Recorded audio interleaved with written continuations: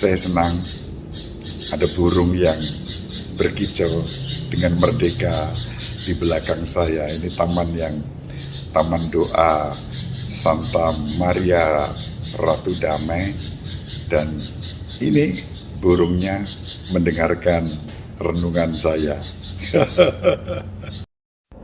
Benarkah orang Katolik menyembah Maria? Mari kita renungkan.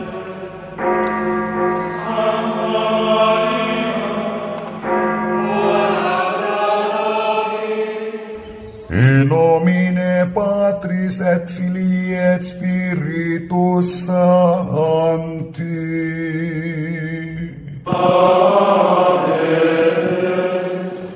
Dominus vobiscum.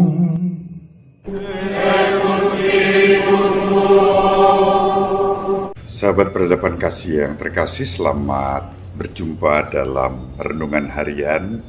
Pada hari ini mengawali bulan Mei, tanggal 1 Mei. Salam sehat selalu, tetap semangat bersama Bunda Maria. Melalui channel ini saya persembahkan renungan harian. Sahabat peradaban kasih yang terkasih, Gereja Katolik menempatkan bulan Mei sebagai bulan yang istimewa, sebagai devosi kita bersama Bunda Maria. Kita sampai kepada Bapa, Putra, dan Roh Kudus. Begitulah kita, umat Katolik, selama bulan Mei mempersembahkan doa-doa kita kepada Bapa, Putra, dan Roh Kudus bersama Bunda Maria. Orang Katolik tidak pernah menyembah Bunda Maria, apalagi sampai menggantikan Bapa, Putra, dan Roh Kudus. Sama sekali tidak.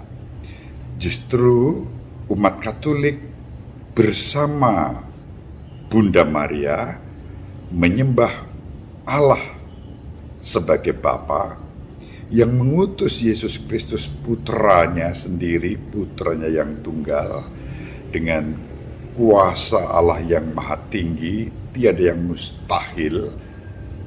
Untuk yang percaya tentu saja, yang tidak percaya pasti mencari bermacam-macam dalih dan alasan untuk meragukannya, bahkan menyerang. Kita tidak masalah.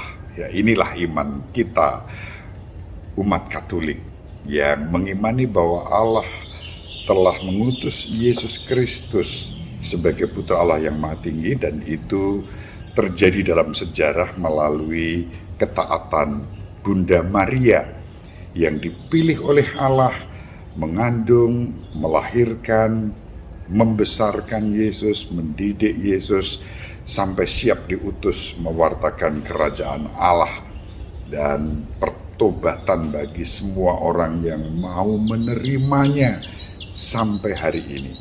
Dan itu semua terjadi dalam kuasa Roh Kudus, Putra Allah yang maha tinggi yang menjadi manusia dalam diri Yesus Kristus, mengajarkan kepada kita untuk menyebut Allah sebagai Bapa.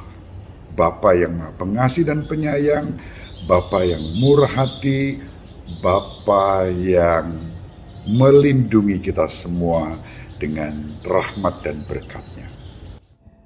Nah, disinilah sahabat yang terkasih, bacaan hari ini dari Injil Yohanes bab 14 ayat 7-14 dapat kita tempatkan.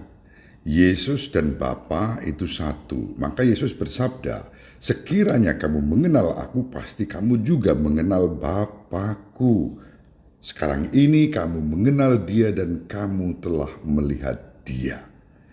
Sehingga ketika Filipus bertanya kepada Yesus, "Tuhan, tunjukkanlah Bapa kepada kami, dan itu sudah cukup bagi kami." Yesus berkata, "Filipus, barang siapa telah melihat aku, ia telah melihat Bapa." Jadi di sini kita mendapat pewartaan Yesus sebagai putra Allah yang maha tinggi bersama Bapa sendiri, Allah Bapa kita, dalam kesatuan. Yesus juga bersabda, percayalah kepadaku bahwa aku di dalam Bapa dan Bapa di dalam aku. Nah, ini yang ditegaskan Yesus di dalam Injil pada hari ini. Allah Bapa mengendaki putranya yang tunggal menjadi manusia dan tinggal di antara kita dalam diri Yesus Kristus yang dikandung dan dilahirkan oleh Santa Perawan Maria oleh kuasa Roh Kudus. Dan disitulah sejarah keselamatan kita renungkan selama kita berdoa Rosario Suci. Itu inti bulan Mei, devosi bersama Bunda Maria menyembah Bapa, Putra, dan Roh Kudus. Selama bulan Mei kita diajak untuk berdoa bersama Bunda Maria.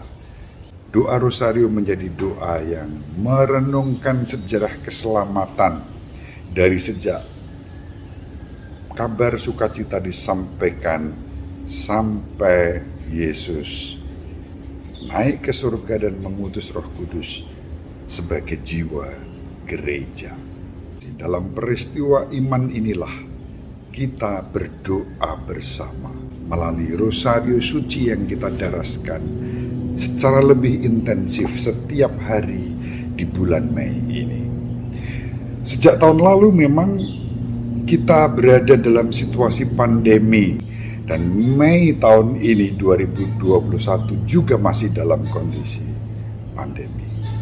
Nah, Paus Fransiskus sejak tahun lalu mendedikasikan bulan Mei sebagai doa kita bersama Ibu Maria dengan intensi khusus agar pandemi ini segera berakhir, segera berlalu dari kita.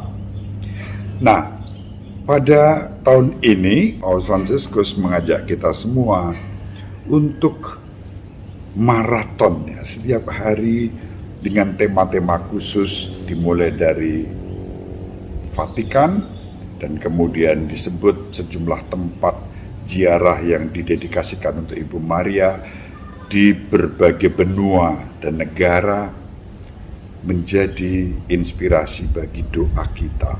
Semoga doa-doa kita selama bulan Mei ini menjadi berkat untuk umat, untuk masyarakat, sehingga kita semakin hari semakin dikuatkan dalam mengarungi kehidupan ini. Selama bulan Mei, renungan-renungan harian juga akan kita tempatkan dalam konteks ini, devosi bersama Ibu Maria menyembah Bapa, Putra, dan Roh Kudus. Sahabat yang terkasih, hari ini di tanggal 1 Mei kita juga memperingati Bapak Yosef sebagai pelindung para pekerja. Bapak Yosef yang dipilih oleh Allah juga sebagai Bapa yang mengasuh Putra Allah yang Maha Tinggi, yakni Yesus sendiri yang dikandung dan dilahirkan oleh Ibu Maria sebagai istri Bapak Yosef. Kita bersukacita bersama Bapak Yosef yang selalu hening dan menerima segalanya penuh sukacita dan syukur. Bapak Yosef menjadi pelindung kita dalam bekerja, dalam melayani Tuhan. Pekerjaan menjadi bagian dari persembahan kita untuk Tuhan. Saya senang ada burung yang berkicau dengan merdeka di belakang saya. Ini taman doa Santa Maria Ratu Damai, dan ini burungnya mendengarkan renungan saya. Nah, itu burungnya ada di sana tuh.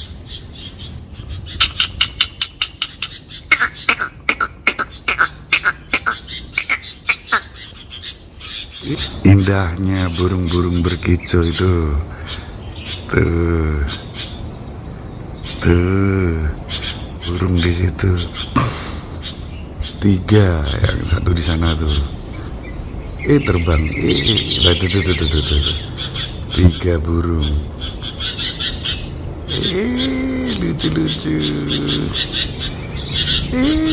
Burung yang berkicau seakan mendengarkan renungan saya di sini. Tadi nggak ada, saya mulai mereka datang berkicau-kicau, ya puji Tuhan.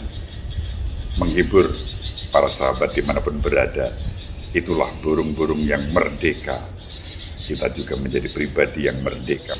Ibu Maria selalu melindungi kita dengan doa-doanya. Bapak Yosef menyertai dan merestui kita. Sahabat yang terkasih dimanapun berada, dibimbing, dilindungi, dan diberkati oleh Allah yang Maha Kuasa, Bapa dan Putra dan Roh Kudus. Amin. Terima kasih. Tetap semangat. Sehat.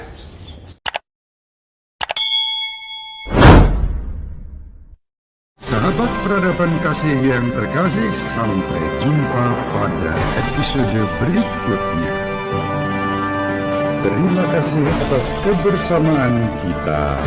Salam peradaban kasih ekologis, berkah dalam